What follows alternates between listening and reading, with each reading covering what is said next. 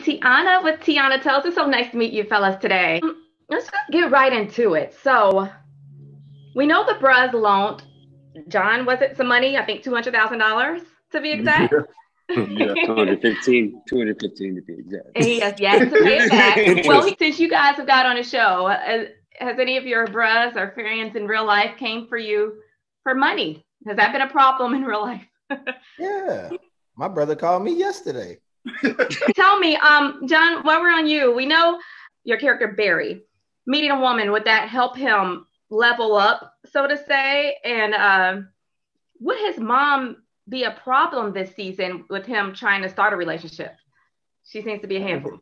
I think if we know my mom from the show, she's going to be a problem wherever I do. Whatever thing I do, my mom plays a big part because she's a big part of me, right? Is that he feels like he needs his mom and he believes his mom needs him. You know, I think that's all he's ever had before he got the bros. So now that he had the bros, he got a big, that's why the bros are such his family, because all he had at first was his mom. So, yes. So who is most like their character, guys? Mahdi. Probably me. So, Mahdi. Well, I had almost like a breakthrough preparing for season 2 when I was working. And it's like, okay, so what ultimately matters to me as Tom? And it's like, well, my relationship with my bros and my relationship with my profession as a physician. And then it's like, well, as me, Mahdi, like what matters to me in my life? And it's like kind of the same things. It's like my friendships and my relationships and my profession, you know? So it's like, it was an interesting thing, but then it's like everyone else has the things that matter to them too, like the non-negotiables, if you will. And I think that like these things are so near and dear to my heart. And obviously I'm not a physician in my personal life, but the importance of that job to me is like similar to like the importance of like what I appreciate about acting and storytelling and like my friendships being like a paramount thing in my life. And that, I mean, I'm just thankful to be able to like express that on screen through Tom, because it is something that like touches me deeply, you know? Right. And so was this your first time working with Tyler Perry? I had done actually a couple episodes of Sisters. I was lucky enough to be on that show. And that was a few months prior to actually booking Bra. But yeah. I love the crossover, how they have Andy come inside. And it's great, right? Yeah, that's pretty cool. So Phillip, what do you love most about this show?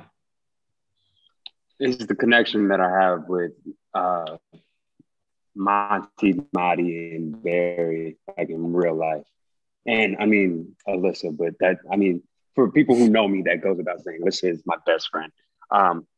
But in terms of like the show has changed my life, like financially, career-wise, but most importantly, personally. Like I have true friends that are in this business, you know, that are lifelong. So that's nice. I know your character this season is going to have, I don't know if it's okay to say, a struggle with addiction of some sort. How hard was it for you to get into character on that? Not very. Oh, so you're a pro, huh? Yeah. He's trying to call you a crackhead already? No. I do this. Don't do that, Barry. There ain't no problem for me. No problem. Now, Monty, your character plays Bill. Yeah. If you could give Bill some relationship advice, what would it be? Make a damn decision, man. Make a damn decision. If I had to make a decision or be single the rest of your life and play the field. I think a lot of men struggle with that. You know, you see a good woman, you know it's a good thing. You know it's good for you. But there's always, you know, other ones out there. And you can't play both sides. You either need to be single and just enjoy yourself and play the field, or you need to find that one, stay committed, stay connected, and just ride it out until the sunset. So I would tell Bill, like, yo, make a decision. Because I personally, in real life, I don't see nothing wrong with somebody who wants to be married and committed to one person the rest of their life. I find beauty in that. I'm also not mad at somebody who's like, I can't do that realistically. I want to be able to date and do whatever I want. I find beauty in that as well. And I think you're honest. Yeah. And honestly, I think you need to make a decision on which lifestyle you prefer, because if you try to have both, that's when problems come into place. So you got to be committed to you and doing you, or be committed to a partner. And that's why I would tell Bill, like, man, make up your damn mind, bro. For the streets or not. It's so refreshing to hear your point of view. I wish more men would make up their mind. That's a whole nother interview. So Tiana going into the advice first, for life. she's like, yeah, cause this dude.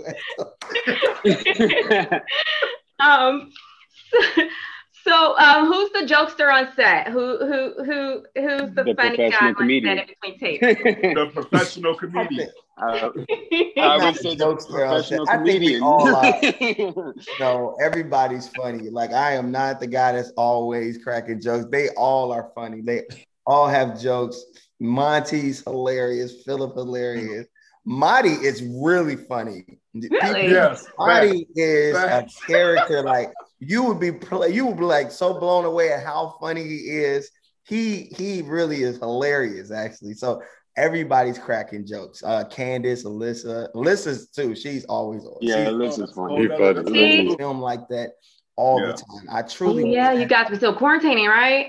Yeah, we had to film in a bubble. So Mr. Perry made a bubble where we had to film on the lot of the film studio, and we lived there. All of us. Mr. Perry lived there. All the crew, production, a restaurant, food people, food trucks, everybody. We couldn't go outside of this parameter, and we stayed there for weeks. And it was just such a great experience. So we got to live with each other. So after work, we still with each other. All right. So that is more enjoyable. I'm glad that you guys meshed well in that case. Or else it would have been hell. Exactly. Oh my gosh. Tell me about it. So can you guys somebody share with me the emotions? What were your emotions when you found out that you would be a part of this show initially? Blessed. Man. Elated. Just blessed, because the audition process for us, we went through a couple of different rounds. After the first round with Mr. Perry and everybody, we just kind of all four of us gravitated towards each other, just naturally. And then we got back for the last round. The chemistry we had naturally as just men and actors is a big reason why all four of us was chosen. Because when we went in there and auditioned, for whatever reason, we all gravitated towards each other. So when I got that call, that it was these fellas, right? It was a wrap. I was just like, yo, because obviously you'd be excited to be a series regular on the Tyler Perry show with anybody.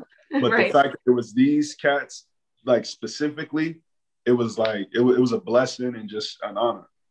Yeah. And we did gravitate to each other prior to the pick, meaning like we didn't know who. There was a million other people we could have gravitated to. And it was like me, him, Monty, like all of us talking. Me and Monty knew each other, and we was all kind of like in a room. Y'all remember that room we were in? Yeah. I don't know what game I was playing. Phillip was messing with me. You were playing this cooking game. I would never forget.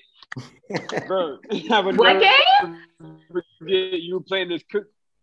I don't know what the actual game was, but it was like you put a patty on I'm struggling over here. I'm sorry, but you put a patty on the stove, and then you put that was cooking bit of cheese on the patty. That was cooking fever. Yeah, I played that before. I got that with my son, and I'm addicted. My wife. I was like, you cooking over there? It was just a running joke. I was like, I'm putting my restaurant. Yeah, it was a good time, man. It was a good time. I think I played that. I think I had to remove that game from my phone so that my kids would leave my phone alone. My son put me on it. Yeah. Are there any awkward moments when you guys are filming with John's mom? And she's definitely a character. Do any of you know a mom or a person like that in real life? My mom. No, not your mama. Is it your mama? No, my biological mama.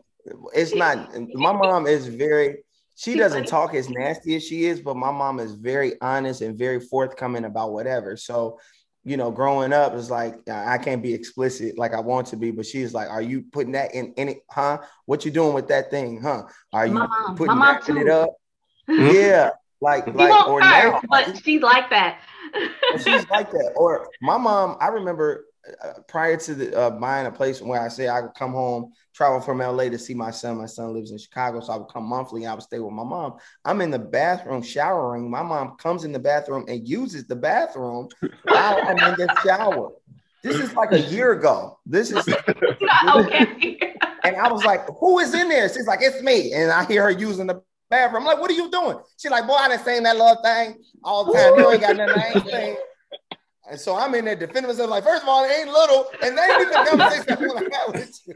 I love it. That is hilarious. I wiped your butt, da da da da. And it's just that uncomfortableness, closeness, you know. So that's my real mom. You guys are so much fun. What would you like how would you describe this show? How would you get someone hooked on the show if they have not watched it yet? What would you tell them to tune in for? Monti, I mean, I would say it's a show just about like what you can connect to. It's a show about you, not even us. And by you, I mean like everybody has a group of friends. I mean, God willing, right? And it's like, because I've had women even tell me like, wow, like I can relate to sort of like friend groups with like my friend group with you guys as the bros, and definitely had a lot of dudes tell me that like, wow, like Mike reminds me of my homie, da da da da, or like John is just like my buddy that I went to high school with. Or so, and it's beautiful to hear that. And even like in my own friend groups, they'll sort of like talk about who's who on the show. So I think that like, you know, to be able to relate your own personal friend groups to like us telling the story, that's really where it becomes funny and like touching. It's definitely relatable. It is relatable. That's some of the greatest compliments. Like people come up to me on the street like, hey man, like you told a story about like, you know, just reverse sexual harassment in the workplace. And I dealt with that. And thanks for sharing that story. And I was like, wow, yo, I'm touched to even hear like somebody like connect like that. So I think that there are a lot of opportunities in this show to connect your real life to just what we go through. And that's why we do it. That's why it's so awesome. Real talk, Mahdi. So I was filming a second season of another show I do for BET in Atlanta. And I linked up with Mahdi, I linked up with Phil, and me and Mahdi went out to eat dinner. And I was staying in Atlantic Station, and a young man came up to me and Mahdi. He noticed us from bruh. So we just chopping it up with him and his dad. He's like, yo, I'm about to graduate in a couple of months. I want to do acting, seeing you on the show. It inspired. We speaking to the young man for like 30 minutes because he recognized us. It's amazing. Bruh. And he was just telling us how relatable it is and like, yo, man, like how inspired he was. And that was like a moment. And really amazing.